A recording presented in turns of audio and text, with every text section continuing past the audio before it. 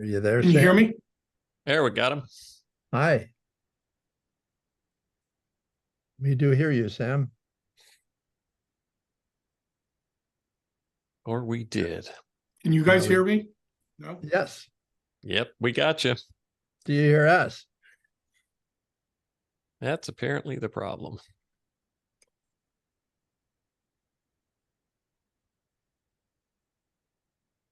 Again. Yeah, it's been a while. It has been a while. Yeah, Sam, are you still actively in the business, getting out there doing crisis stuff, or are you chilling a little? You can't get rid of me, Tom. But I have incorporated chilling into my routine. So yeah, we still have our little business, but we're just not we're not running at full throttle like we did 3 years ago, which is a good thing. Right. Sure. All right. Hey, Sam, what microphone are you running off of today? I'm going directly off my computer microphone. Is it bad? No, it's okay. I just, every once in a while, I'm getting a little echo from it. So, but I think it'll be okay. Okay. Let's see. I don't Just really have a good. Go ahead. No, so give me just a quick sentence or two, Sam, so I can just test it out here. Okay, I'm here in a podcast with Tom Mueller and Marc Mullen. First time I've seen them in a long time, and they look great. All right, let's give it a go. You don't have any other microphone, right, Sam? Well,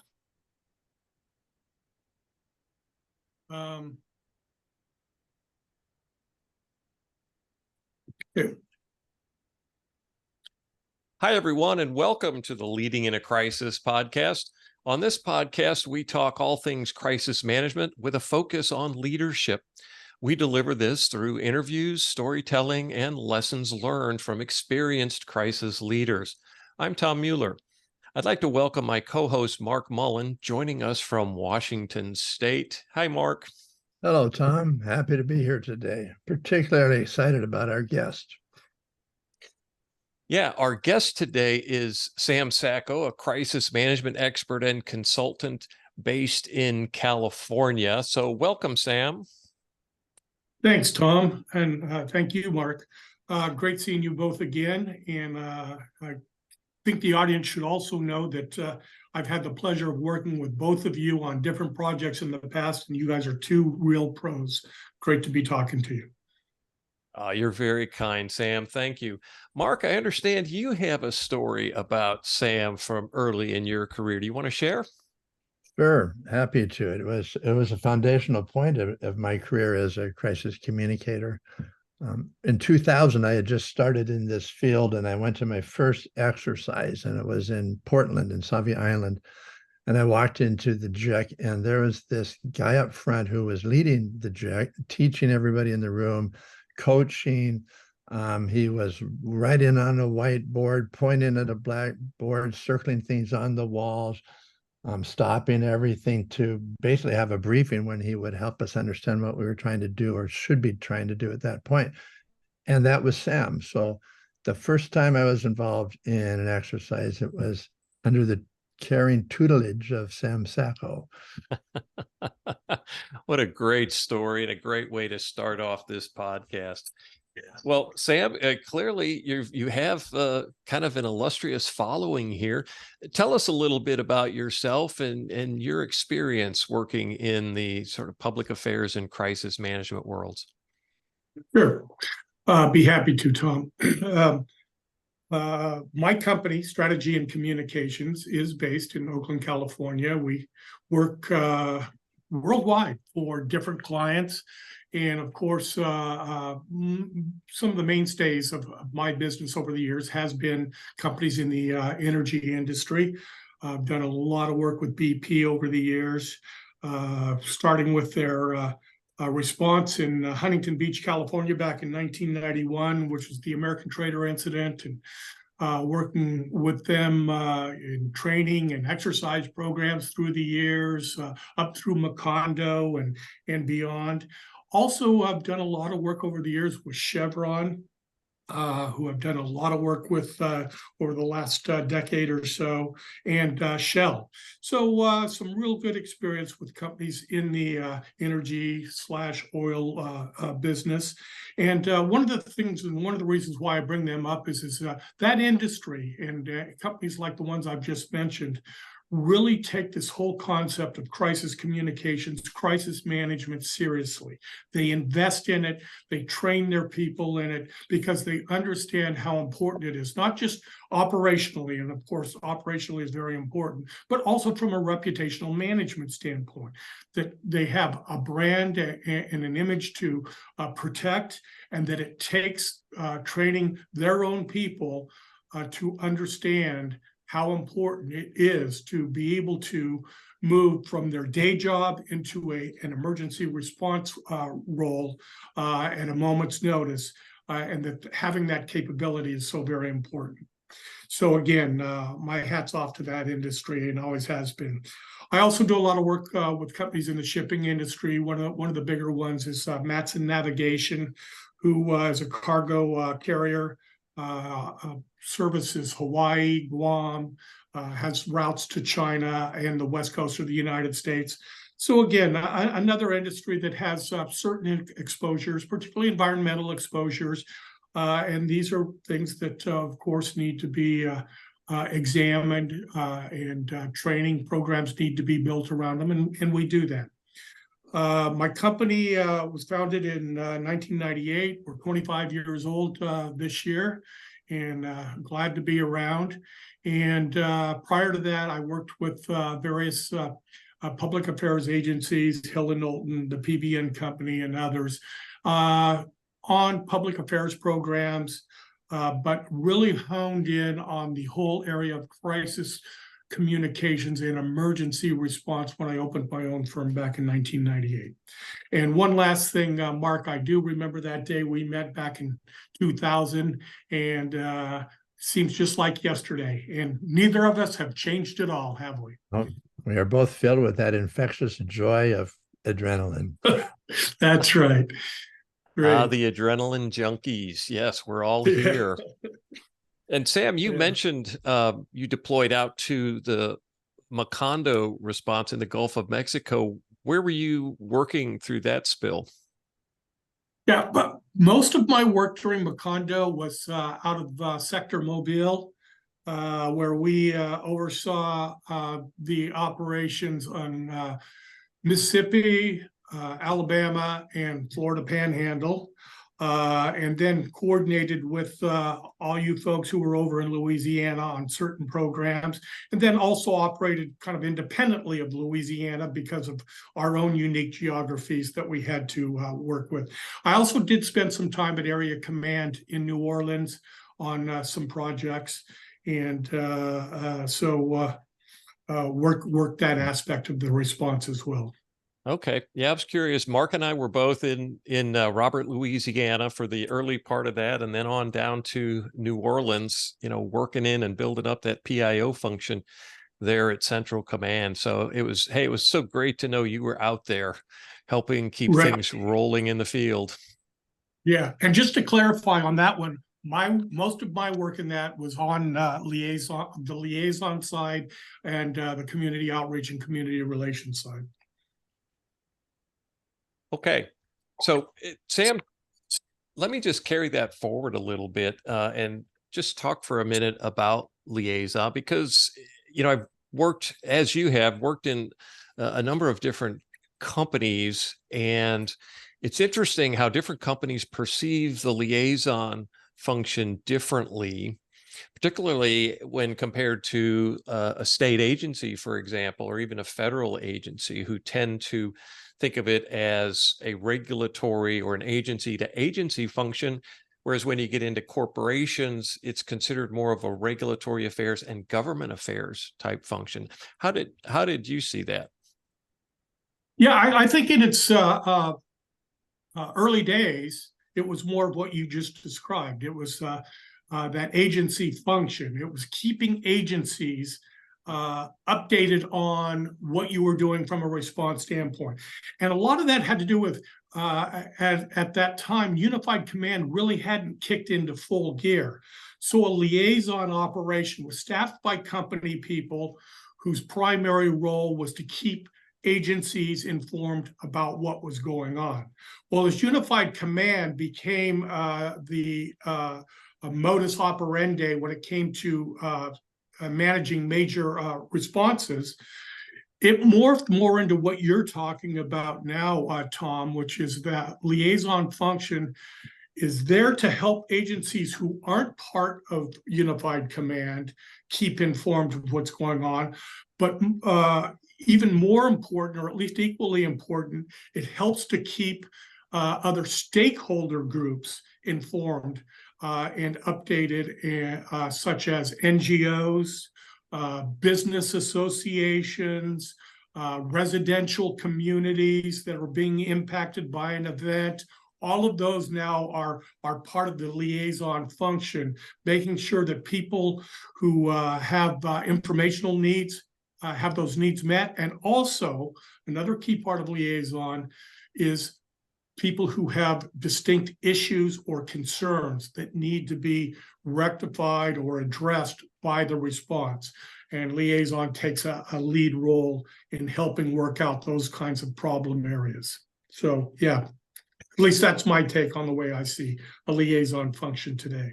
Right. And the government affairs piece of that, do you see that playing into liaison, Sam, or is that generally handled elsewhere? I mean, I'm thinking back to like the Costco Busan issue in California, where it was the local stakeholders who, didn't feel like they were getting enough information. And that, in my mind, came back to liaison not quite meeting the mark there. Yeah, and I think if one can envision an organizational structure for a liaison operation, I think that structure would have a liaison officer and maybe a deputy, but then the operational staff, the functional staff, would be specific leads for stakeholder groups. So you would have a government outreach box. You would have an elected official outreach box. You would have a community outreach box or a community relations box. And so, and you might, if there are tribes involved, you might have an indigenous peoples or a tribal box. So again, that's the beauty of a liaison operation, is that you can make it work for the specific geographical area that you're in. Unlike a PIO structure, which is pretty much set in concrete, that structure is not going to change. But a liaison structure is very flexible, and you can plug in the right people to help you manage the different demographics, the different groups that need attention in a response. Yeah, this liaison officer role that we're talking about is just so critical to keeping the information flowing out to these different stakeholder groups. And Sam did a great job here of just sort of identifying what an organization chart might look like for a liaison officer team. And again, for agencies, for companies that might get pulled into a major incident like this, the ability to be able to scale up your response is just critical to being successful there. And that means, being able to reach out and pull in staff quickly to augment those who are on the initial response team and scale that up. Right, which means people can show up. Say that again, Marc? Which means your government relations people can show up and participate. Sam, I do have a question about that as you define it, because liaison also has the core functions of coordinating response with the agencies too. They can either be assisting or cooperating agencies. So there is that function. But after that, yeah, they're talking to stakeholders, and the JIC has stakeholders as well. Do you see a drift because of technology? I mean, when this was all invented, you got your information through the news media. That was it. But as basically every stakeholder group becomes broadcasters, how does Liaison begin to work with the JIC to deal with the real sensitivities of message multiplication? Sure. Great question, Mark. I think one of the things that has to take place in a successful unified command JIC and liaison operation is close and seamless cooperation between the PIO and liaison functions. And that PIO is going to have the probably the leadership role in a number of these. For example, when it comes to information gathering or social media, those are housed within the public information office. However, those functions are critical to the liaison group as well. And rather than mirroring that and having their own, which would drive everybody crazy in a command post, it is essential that there be close cooperation and coordination so that those functions can be shared. Social media is one of those that's so important. If you tell a person who's going to be your social media person or leader within a PIO that they're there to monitor social media, and they're not informed that they're also facilitating liaison, they're only going to look for media, press coverage, journalists, whatever. But if they're primed and instructed to also look for key influencers who might have impacts on communities, or who might have impacts on various business groups or associations, now they're wired in, and they will be able to share that information through their monitoring with the appropriate people in the liaison group. So again, same goes with information gathering. If you're looking for information on key issues, there's one way to take that information and kind of condense it for media output. But for liaison, sometimes they need more in-depth information because they're working specifically with people who have specific issues, and you have to drill down more in working with them. So information gathering needs to know and understand what the depths of those information requests should be, and then it's got to be more than a couple of sentences. It might be requests to get real serious, digging deep information. Yeah, it seems like having liaison and JIC work closely together has benefits all the way up incident command, because you can have single meetings instead of dual meetings, and you avoid dual information tracks. And so I think we saw that some in the Refugio incident, where the JIC and liaison were literally in the same room working together. And that seemed to be a real enhancement to the functions of both. Have you seen that in other responses too?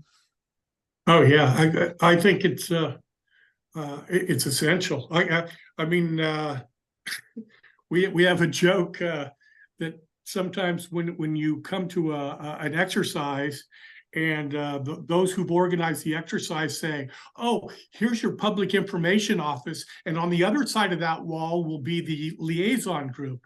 And we go, "Tear down that wall."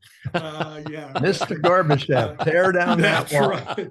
Tear down that wall. No, it's just so much more efficient and effective when they're all in one. Now you can have them on in two different sections of the room, but you want them to be able to stand up and walk from table to table. And if they need to go over to if PIO needs to walk over to a liaison person to get some information, that exchange takes place right then and there in real time, real people talking, rather than having to go to a different room or down a hallway or whatever. It's just so much more efficient. And as a matter of fact, it was one of our discussions back in the year 2000, Mark, when we were talking about the whole technology aspect of a JIC, where you were bringing in the peer system at that time, which was a great system, and now it's morphed into a Jetty. But yeah, there was certain limitations I've always believed that the technological side has, and There's nothing that can substitute getting up from your table and walking over to somebody else's table and actually having a real conversation. And that's why I'm a big believer of having JIC and liaison in the same room, PIO and liaison in the same room. So, Sam, can I guess that you're not a big fan of a virtual JIC operating in a Teams environment? Only if you have to. I mean, we all experienced that during the pandemic. As we did exercises and training in a virtual format, but it's just tough. It's tough to do, and it's also makes it more difficult to get those creative juices flowing. And when you have good, smart people, whether they're from the liaison side or the PIO side, working together, it's amazing what kind of solutions they can come up with when they're in kind of that open environment and not restricted by cameras and computers, et cetera. Yeah, well, technology gives us the opportunity to remotely engage more staff these days, it seems, using, the Teams environment or Zoom calls or whatever it is. But you just can't beat the face-to-face engagement and synergy that you get working side by side with people. I agree.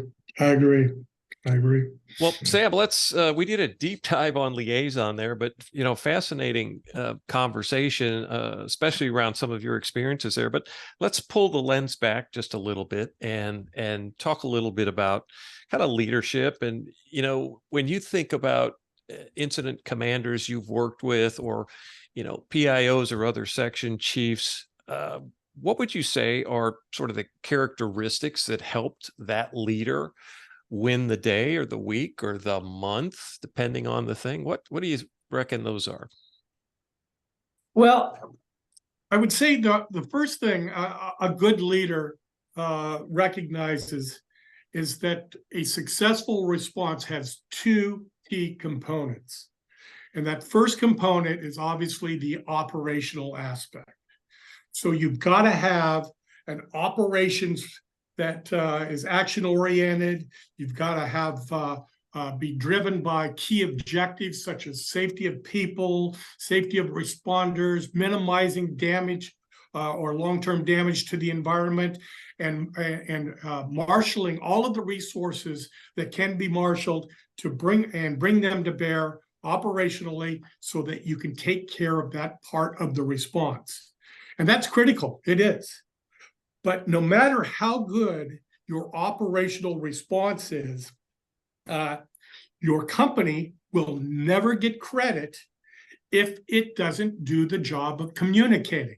So a good leader also understands that you have to have an active, viable external communications capability. And as a leader would also, a good leader would also recognize that not only are they there to facilitate a good comms or liaison operation, they are also part of that operation. In fact, a good leader recognizes that they are the face of the response. If you have a major press conference, you're not putting up the PIO up there. You're putting up that incident commander, that leader of the response. So again, a good leader recognizes that. So again, operationally, a good leader recognizes everything that needs to be done, brings on the right people to fill the boxes, to take care of that operational response, but also a good leader recognizes the importance of external communications and telling the story of the response so that you can get credit for a job well done. So do you think that today's incident command leaders are getting more aware of that sensitivity to public communication, or are they increasingly isolated and just deal with it as an outsourced function? Well, it's a great question, Mark. I would say there's a mixture of things taking place out there. I've got one client who takes this whole concept of command and public information and liaison working together, working closely together very seriously. And in fact, with that client, we have established training programs that that include potential incident commanders, potential deputy incident commanders, working with PIOs, liaison officers, and doing trainings and workshops so that they get comfortable with each other and we begin to really build that relationship.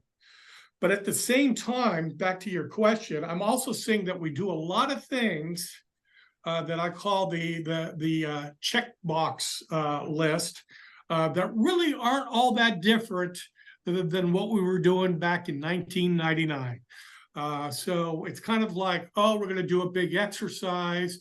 We've got to go through the planning P. We've got to have a tactics meeting. We've got to, make sure that there's a command and general staff meeting, and then we're going to have an incident action plan. Okay, those are all important, and I don't want to take away from that. But where we're not really evaluating and drilling is on those relationships that are so critical to a successful response, such as the relationship between command and PIO and liaison. So I believe more of that needs to not only be included in the drill, but evaluated. How can we make that better? Are we setting up an approval process for information that's timely? I mean, if you're not, you're doomed to fail. So does command understand the importance of timeliness of information? Does command understand the importance of accessibility and not looking like you're trying to hide from the information? Does command understand that the information that you're pulling together has to be more than just glossing the top? It's got to have some substance to it so that stakeholders in the end can understand that you're actually part of the solution, not a continuing part of the problem. So these are the things that I really believe need to be pushed harder, both in training and in exercises as we move forward in this process. You just gave a great brief job description of the PIO. All of those are things the PIO has got to get the incident commander to understand and do. Yeah, right. That's right. The approval process is one of those tic-tacs things that you mentioned, Sam, but again, so critical. And I've worked with some clients who the PIO team does a good job of getting information together, getting it up. But then the approval process becomes a challenge, and it isn't always with command. Sometimes it's with management that doesn't recognize a different approval process in the crisis situation where you have a unified command or even an incident management team stood up, right? Right. And, yeah. And then throw in a legal review on top of that. Right. And you can have all kinds of challenges that can slow down getting that important information out to the public. Yeah, I love my legal friends, but they can be the biggest bottlenecks in an approval process. And that to me is what you always need to watch out for. I will tell you one of the things we did with one of our clients, and it's worked well, and we're in year 5 or 6 on it now. We actually, rather than having a lawyer reviewing materials at the command level, we embed the lawyer in the JIC. And when they're part of the JIC, they're there working. They can have input into how the wordsmithing takes place. They can have input into what should be or shouldn't be. And they may win, they may lose, because if you're in a unified command, you're going to have agency people involved too. But at least legal has a role. And then that way it doesn't get bottlenecked by the time you bring it up to command and command says, well, this is okay with us. Has it been run through legal? The answer to that is yes, because legal was part of the process early on in the development stage. So something for some companies to think about is if you got legal bottlenecks, how do you break it? You make them part of the information and products team so that, you get what you need first thing out of the blocks. Yeah, let them breathe the air you're breathing and deal with the deadlines you're dealing with, and see Right. the activities all around them, and understand that this is no longer a shareable activity. This is real. Right. Yeah. And the other place where the bottlenecking can really set you back, whether it's through a legal bottleneck or command is just not being responsive, is on social media. If your social media program is not timely, if you're 6 hours behind breaking issues, and everybody's long past those issues, and you're in a whole nother area before you start posting or tweeting anything about that, you're lost. You're done. If you're not a part of the conversation when it's relevant, nobody's going to be looking at you or listening to you when all of a sudden you come onto the scene and say something that's now considered irrelevant because it's old news. So again, just the whole timeliness around social media and some of the restrictions that are put on by some companies that hamstring public information's ability to get stuff out is just really harmful. Yeah, one of the things I like to do in this situation, Sam, is for the PIO to go in with an approval process written down on paper, hand that to the members of the Unified Command or the IMT, and get that approved straight away. And one of those line items for me is that we will immediately post to social media using approved informations from the Unified Command. Now you've just created license for the public information team to get out there and be timely and be active. But I've seen some clients, though, that want to approve individual tweets before they go out.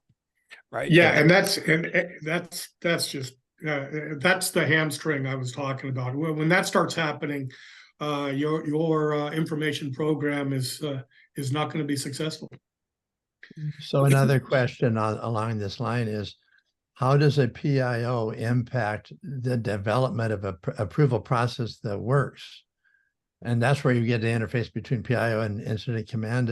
And do they value the PIO input enough to listen to the PIO to make a decision they may be uncomfortable with, but realize is necessary? Yeah, and that goes back to what we were talking about earlier. One is that the more we can have commanders and PIOs work together in peacetime training venues or even during exercises and get comfortable with this, the better it's going to be. And going back to what Tom was talking about, one of the first efforts of that PIO is to bring to command that suggested approval process. They may have some tweaks they want to make to it, but to really emphasize how important that expediting that process is as far as getting out good, timely information, and how it will help them to position themselves as the primary source of credible information, which to me is the place you want to be in a response. When you are considered the primary source of credible information, that's a powerful place to be. And so, and that comes with expediting that approval process. And I think another thing going along with what you were saying, Tom, talking about outlining a process in the initial stages and getting that approved. Another thing where a PIO and liaison group can be very successful in getting timely approvals of information is doing incremental FAQs. Marc, you and I have done this in the past. We did it during Dubai Star, but rather than that big FAQ document that has 25 questions and 25 answers that takes you 8 hours to put together and put in front of command, and then they go, we don't have time to look at this big document. Do it incrementally, 3 or 4 questions per hour. And then now you're getting new approved information that can be used not only in press releases and fact sheets, but also from a social media standpoint. And it's all, and whether that FAQ ever ends up on a website or not, that's beside the point. The point is we're getting approved information in a timely manner. And then when hour 2 comes, we've got 4 or 5 new questions. whatever is trending, we can kind of keep up to speed. And now everything we're putting out is relevant and not, 8 hours old. Right. It's actually new information. Yeah, I think the corollary to that too is the approval process. If you've got one or two of those questions that, get question mark put by them, they send the whole document back to you to get reconsidered. And then you're again back redoing that back through the approval process again. So doing it incrementally, Sam, as you've mentioned, I consider that a best practice for a JIC to get things Yeah. out quickly. Well, and part B of the best practice is do the most important ones first. Yeah. Don't vary a critical FAQ at the bottom of a list of 8 non-critical FAQs. Right. Yeah. And also it takes a little bit of monitoring too, and a PIO or a JIC manager or whoever can be charged with this, but finding out from your media team, what kinds of questions are you getting right now? And so, and then also monitoring social media, what's trending right now? And you can, that will also help you formulate the 4 or 5 key questions that need some kind of a response. So, Sam, a lot of what we've been talking about here now is sort of relationships within a unified command, kind of within a response team. From your perspective, how critical, how important are relationships once you get started on a crisis response? I think building relationships with key agencies is a critical objective. I mean, and these relationships need to be built before the incident, not in the incident's aftermath. And so how do we do that? It's up to companies when they're training, when they're drilling, exercising, that they invite agencies to participate with them. And I know a lot for some of the bigger clients that we've worked with, the Chevrons and the BPs of the world, that's a no-brainer for them. They automatically do that. But for companies that maybe are not at that level, maybe second tier, third tier companies, they need to understand that they don't have to have perfection before they invite in their agency partners.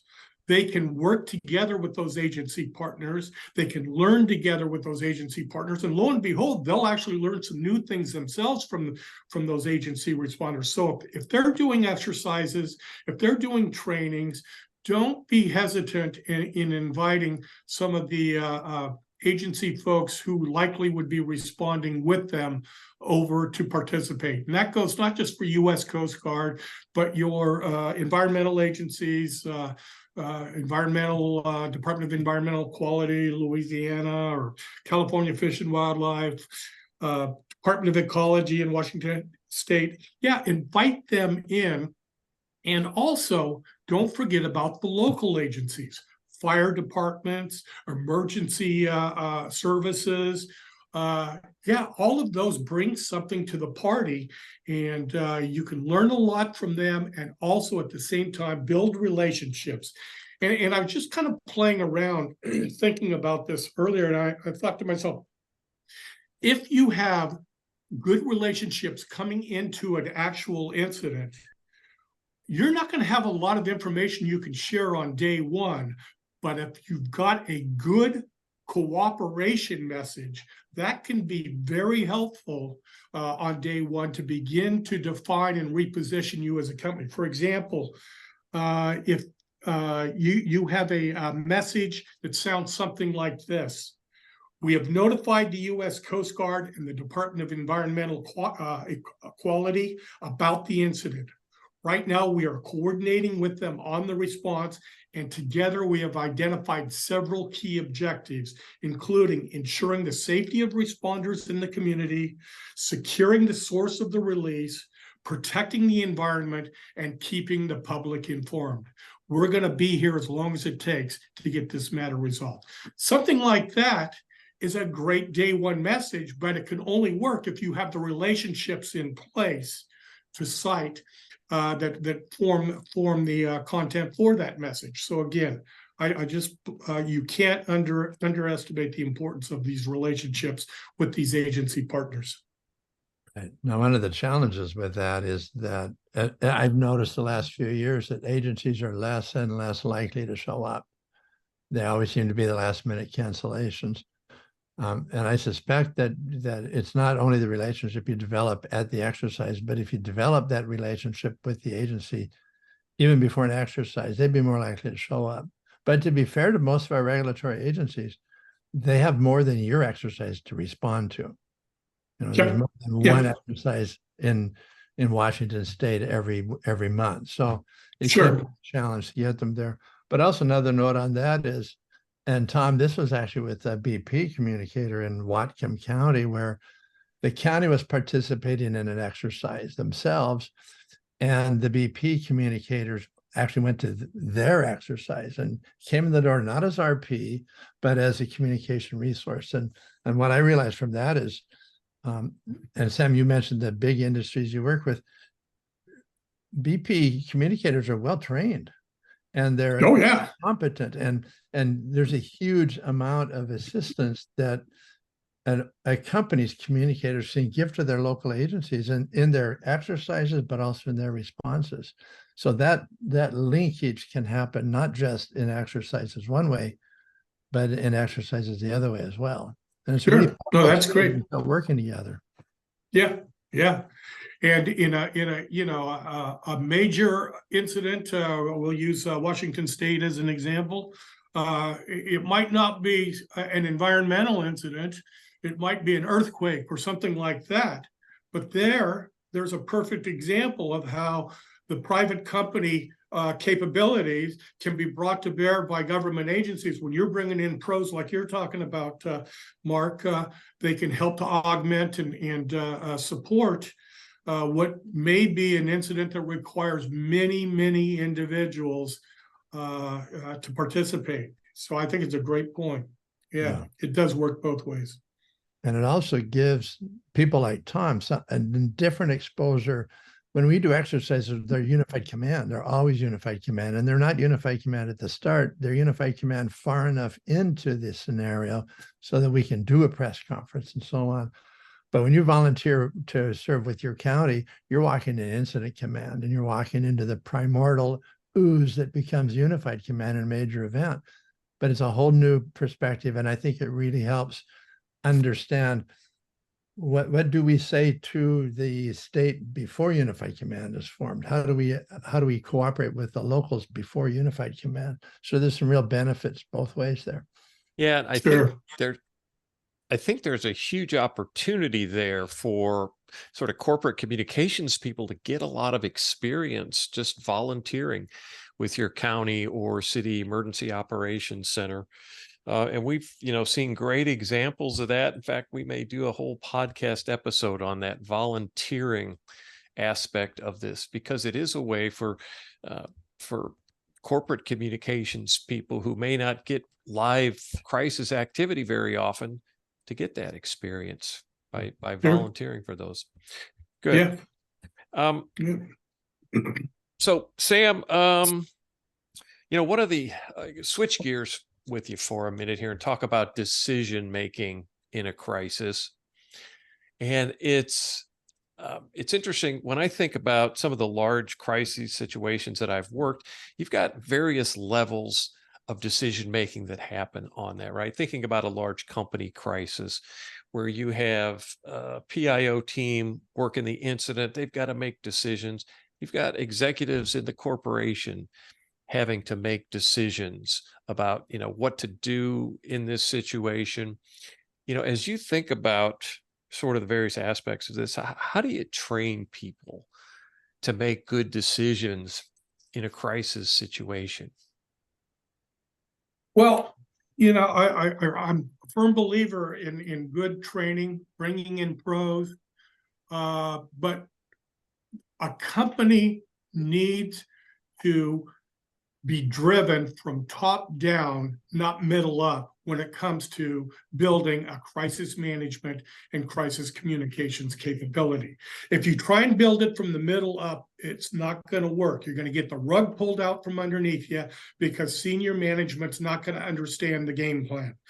It's got to be driven from top down, and senior management needs to understand the two different components of crisis management, that you have that incident management team that's in charge of responding to the incident itself and conducting the response, and then the crisis management team, which is there to ensure reputational protection, business continuity, and also to support the needs of the incident management team.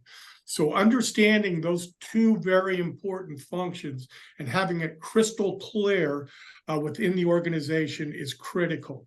And so that means that you're not going to be having crisis management team people calling into the incident management team and trying to micromanage.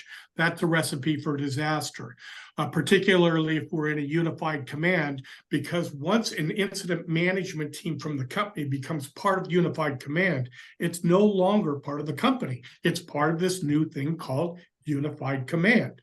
And while the information flow is continual between that unified command incident management team and the crisis management team, the roles are very distinct. The response team is responding to media about the response. The crisis management team is responding to media about issues that concern the company specifically. So beginning to understand where those clear lines are very important. And then once that's all kind of theoretically planned out, you got to drill to it. You got to exercise to it. And one of the places where I do see even bigger companies kind of fall short is on that crisis management team level. They might stand up a crisis management team for an hour or 2 hours during a major spill response drill, but then they all kind of dissipate and go away. I'd like to see those crisis management teams on the company side stand up for an entire day or even into day 2 if it's going to be an exercise of long duration. I think they will get a lot more out of it and really begin to understand the different dynamics between the IMT and CMT. And one other note on that is that the incident management team is obviously so critical, but most folks on a CMT or crisis management team have not participated in an IMT. And I think for them to better understand that dynamic, they should actually spend some time in a real IMT exercise.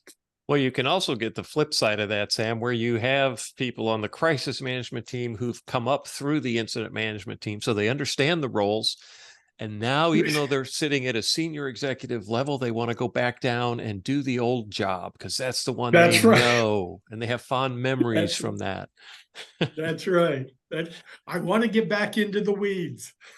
Yeah. And that's, we see that challenge across many different companies, right? And it's, as you said, Sam, it's kind of staying in your lane, right? It's understanding your role and then practicing that a little bit, staying in your lane so that everybody can do their job. And, it seems every big exercise I work, I see executives with opportunity for personal growth in that area. Yeah. Right? Yeah. And again, like I say, I think one of the steps there would be to really have a stepped up crisis management team capability during some of these exercises, to where they're actually put into positions to where they have to make some real decisions, and they have to focus on whether or not something they're doing is an IMT issue or a CMT issue. And if it's a CMT issue, how are they going to address it and handle it? Well, I have a wild hair question as we're talking about CMT and IMT and exercising. In your career, have you ever participated in an unannounced exercise of any major significance? I will say this, I've participated in unannounced exercises, but none of them have been major exercises. I always thought it's interesting that when we exercise in a carefully scheduled routine, when what we're exercising for is never going to give us advance notice. That's right. Well, and that brings up the whole point of sometimes we get lost in our goals and objectives when it comes to training and exercising. I've seen a tendency by some companies to want to exercise and be good at exercising, not really making it relevant to real events. To me, the purpose of training and exercise is not to be good at the exercise, it's to be good at the real event. And that along the way through the training and exercise program, we're going to make some mistakes, but we're going to learn from those, and we're going to be even better if there's a real event. But sometimes that gets lost. It's kind of like all about, we've got to do some training so we're good at the exercise. No, we got to do some training so we're good at a real event if we're ever called upon. Right. It's hard to remember when you have to qualify through exercises on a regular basis, but you may not ever be involved in a real event. Right. So, Sam, thinking about PIOs or liaison officers that you've worked with in the past, and those who did it well, what is it that made for a really good public information officer or liaison officer or incident commander for that matter? Let me kind of focus on PIOs and liaison officers first. I would say number one, they have to be understanding of the external world, and that might sound like a no-brainer, but they really got to recognize that they're in a command post that's insulated, and that command post becomes very guarded in many ways in terms of information. The important role that a PIO and a liaison officer play is being the eyes and ears to the outside world, bringing that outside world and the realities of it back into the command post so that decisions can be made, qualitative decisions can be made based on that information, as well as whatever other data that's coming up through the ranks. So that's a critical characteristic, I'd say. I'd say also they've got to be persistent and not afraid to interrupt command when important information needs to be brought to their attention. And I've seen this in the past where you've had timid PIOs or liaison officers who say, well, this is important, but I'm going to wait till the command and general staff meeting before I bring it up. Well, that's 3 hours from now. And this is a critical breaking emergency situation. Okay. Now, got to go in there, tug on the shoulder of either the incident commander or the federal on-scene coordinator, say, I've got some important information that I need to share with you right now. They will appreciate it. So again, you can't be timid in this business.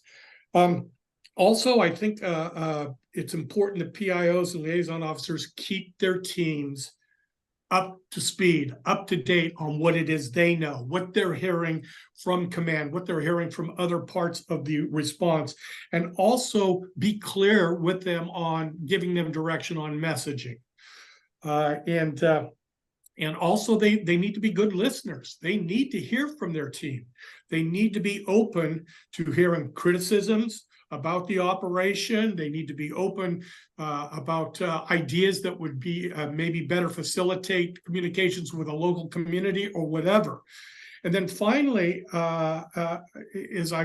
we've already talked about before, it's critical that they understand timeliness of information and get stuff out as quickly as possible. And of course, that requires a very effective working relationship with command. So that's kind of my list for PIOs and liaison officers. For incident commanders, it's really just what I've talked about earlier.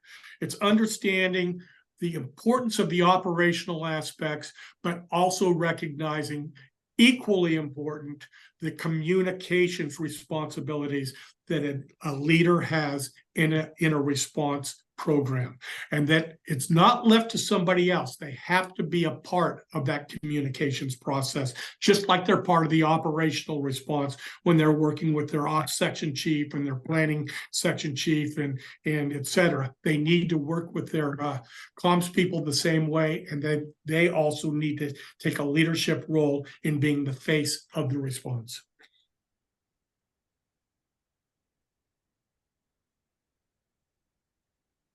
It's interesting, as you say, that the PIOs need to bring information in, because I think a lot of times even PIOs themselves would say our main role is to communicate outwardly to all of our affected public. But in reality, we're the only representation of our affected public into Unified Command. They're right. going to learn about what's going on out there if the PIO is doing a good job of bringing it in. That's right. That's why I think that eyes and ears to the outside world is so important. And you know, some people inertly have that, some people don't.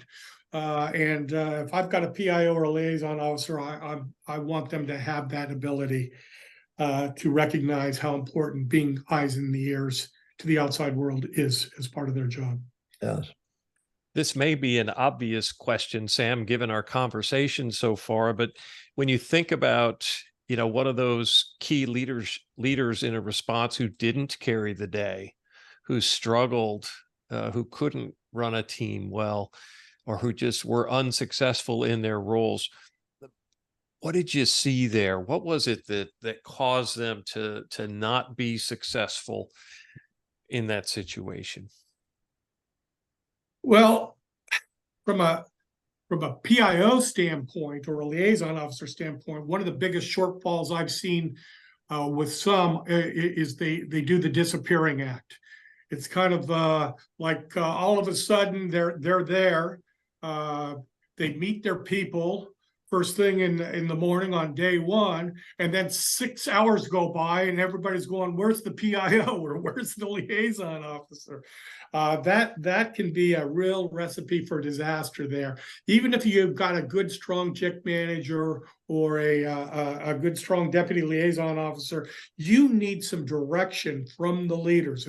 And while they're going to be at meetings and they're going to be out of the room often, they need to make a concerted effort to get back in there and work with their folks. And again, not only share with them what they know, but also listen to what they're hearing out there in the outside world so that they can take that information and work with it. So Sam, can I just drill on that for a second? So they're disappearing, and then where do you think, what is it that's keeping them out of the JIC and away from their team? Is it just the need to be next to the incident commander the entire time?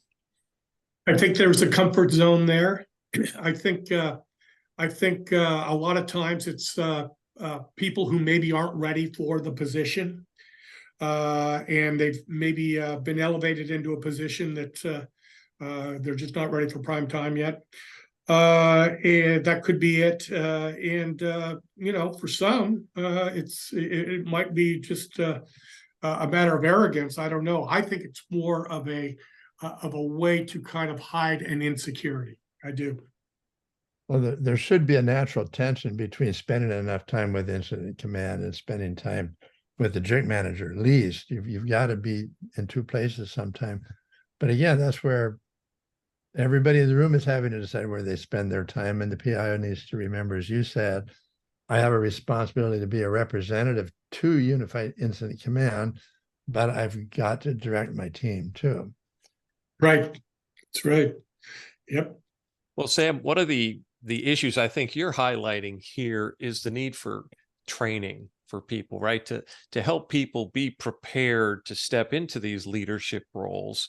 as they go. So as you think about that, well, let me say, when I think back on my time working in large companies, there's just not a lot of time for training and exercises.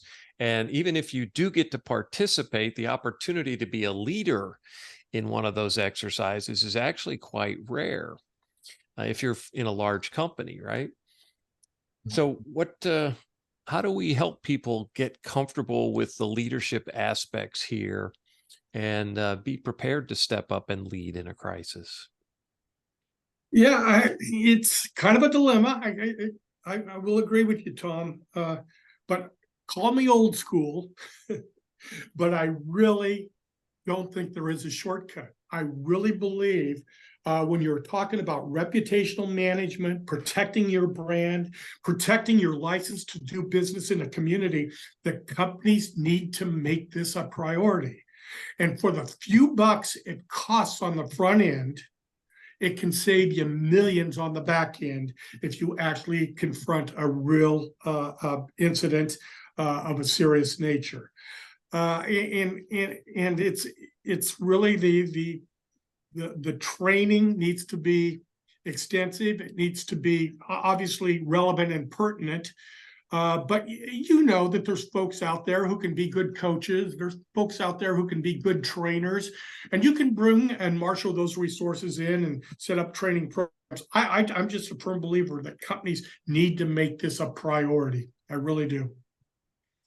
One of the best examples I've seen of this just lately is companies that have relatively inexperienced staff, but they will bring in more experienced people who've been through these, who've been through real incidents and understand the leadership qualities, and then put them in side by side with their teams going through a large exercise, right?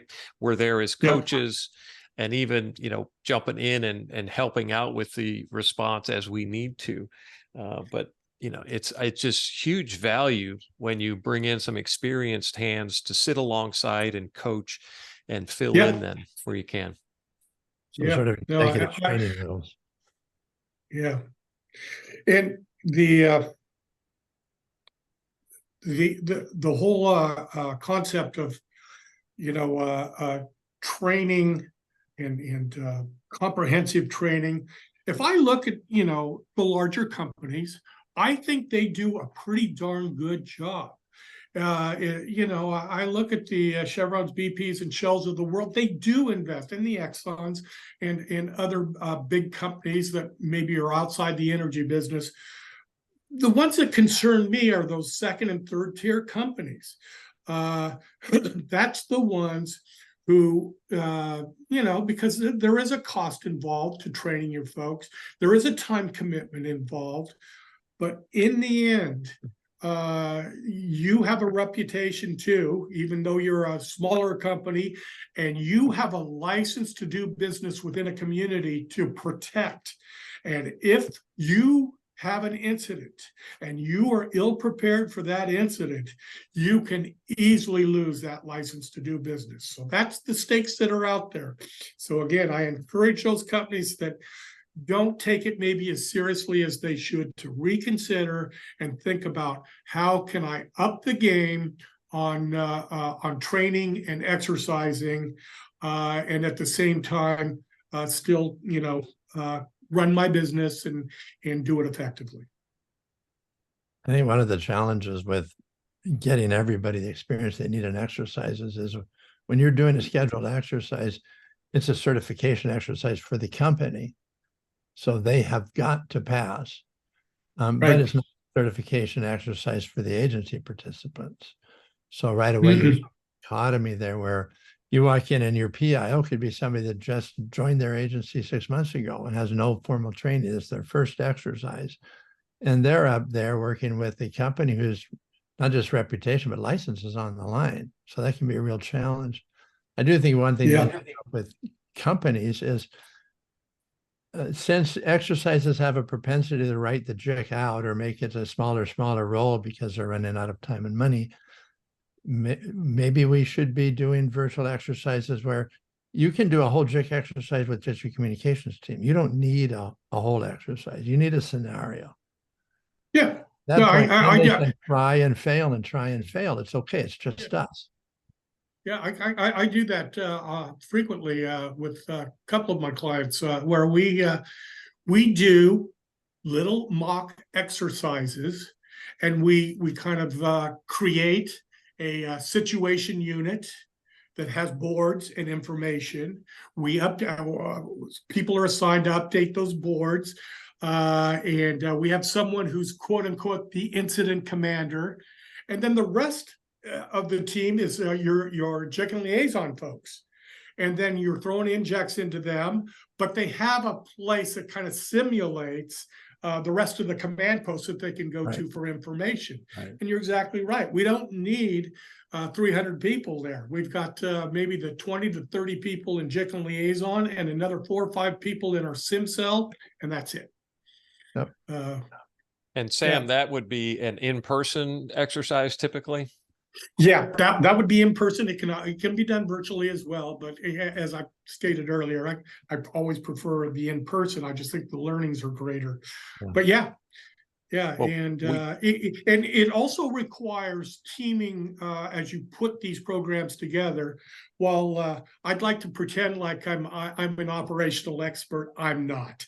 I did stay at a Holiday Inn Express last night, but so I have to team with people who do have true operational response knowledge and capabilities as part of putting one of these together. But that's 1 or 2 people maybe that you bring in, and like I say, they're part of your sim cell, and they're role playing everything from your environmental unit to your situation unit leader to your wildlife unit, and they're also logistics, you know. So there's a lot of value in that. That's still a sizable sort of commitment for a company to do. I do a lot of virtual exercises that way, Sam, where it's 4 hours and it's just the JIC people, and we're putting them through a scenario, having them write the messages and do the stakeholder analysis, figure out who are the key audiences that they need to be communicating with, and how do they go about doing that? How do they prioritize messaging? And all of those things are decisions now that these relatively junior people in the department have to make as part of this exercise. And we see a lot of value in that because it actually makes people sweat. They're feeling the pressure of it through that simulation, right? Yeah. Yep.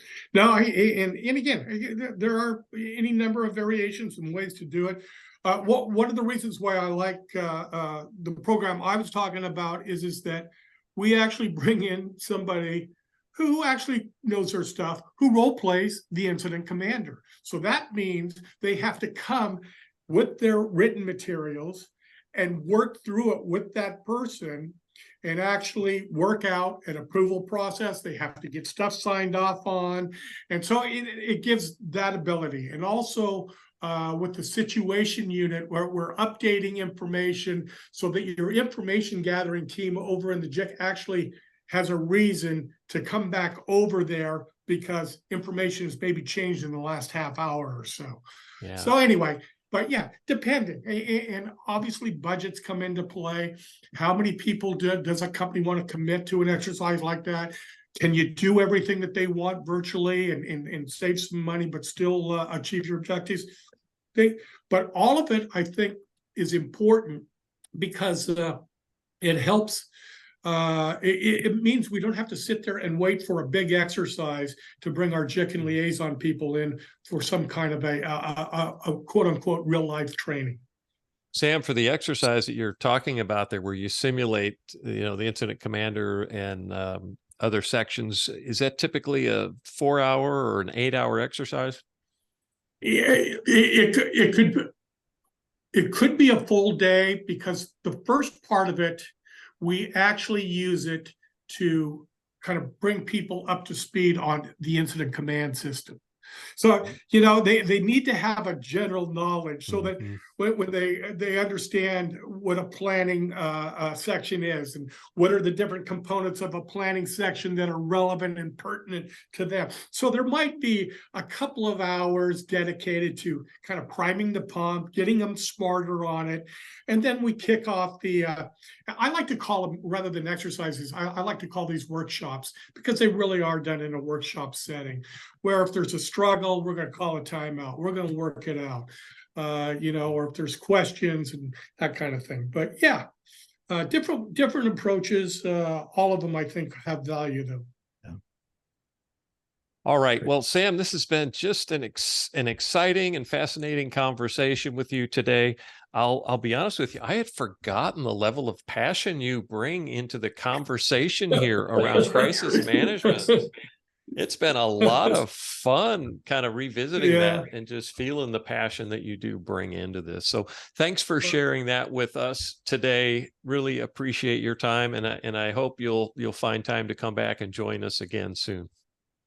Okay. I do have one more thing to add though, if I may, and if the editing process says we don't need it, we can cut it. But one of the things you had in your questions had brought up is what's the strangest thing you've seen in a crisis response? And I thought I'd just kind of quickly share my experience. I did a response in Russia. It was the first ever Western-style oil spill response in the former Soviet Union. It's after the Russia had become its own separate country. And there was a major pipeline in the Komi region of Russia, which is kind of Western Siberia. And there was a major rupture in that pipeline. Well, they were getting 30% of the oil through the pipeline, so they kept it running because they wanted that 30%. The other 70% was spilling into the environment, including a river system, et cetera. Oh, no. The World Bank and the European Bank for Reconstruction and Development stepped in and met with the Russian government and said, look, we will fund a response, but we've got to get this taken care of because it's going to end up polluting the ocean waters around Finland, Norway, and all that if we don't get this thing under control. So anyway, make a long story short, there was an agreement, and we were brought in, a team of Americans and Aussies, to do the response. Well, we were all smart people. We knew our stuff, but now we're working in a very different and strange environment. But a lot of what we're doing in media relations, working with both Russian media and Western media, we're working with various stakeholders, all of that's going according to plan. All of a sudden comes the curveball. Some local villagers are concerned that the oil we're cleaning up is radioactive. And they think it's radioactive because the Americans over at the camp where we were staying have water filtration systems and nobody else does. And so they thought that the oil was radioactive.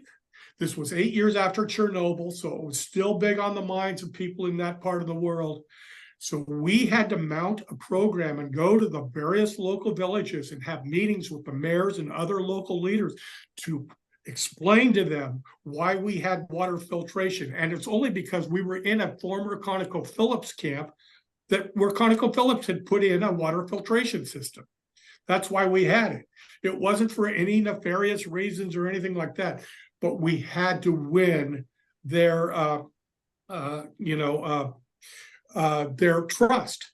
And so we did. We put out full court press out there. We met with all the local villagers and leaders, and we were successfully able to overcome it. But boy, did it catch us by surprise. So anyway. Great story, Sam. Great story. And congratulations on winning the day in Russia or wherever. Yeah, in Usinsk. Yeah, and the irony is it probably was radioactive. I don't think it was, because our folks had to work around it. Welcome to Russia. Anyway, thank you. All right. Sam. Hey guys, it's been great seeing you all, and thanks for inviting me to participate. I'm glad to see you guys got this going. great little gig you got going, and congratulations and good luck. All right, you. Sam, thank you And- so much. We'll see you soon. Okay, let me know when it's going to air, if it is going to air, and We will. how I access it. Okay, great. All right. Thanks, guys. Cheers. Talk to you. Bye. Bye.